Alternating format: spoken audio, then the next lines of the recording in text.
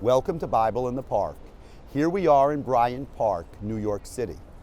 The unifying theme of Exodus chapter 33 is Moses' concern for the continued presence of God among the people.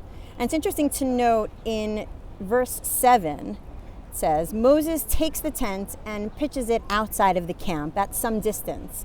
And so at that point, whoever would want to speak with God would go outside of the camp.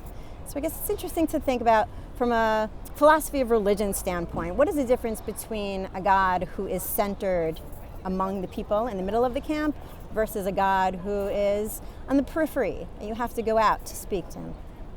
You know, generally we think that someone who's in the center, they're the center of attention, that's good, they're the one who are the leaders.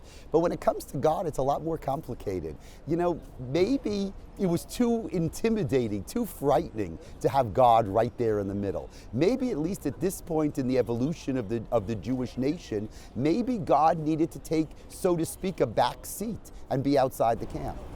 And what about a sort of, which model is a more creative model for accessing God? A God in the center or a God in the periphery? Well, I mean, it's an interesting question because, of course, for the past 2,000 years since the destruction of the temple, we're so used to the idea of God being on the periphery and trying to bring God in from that periphery.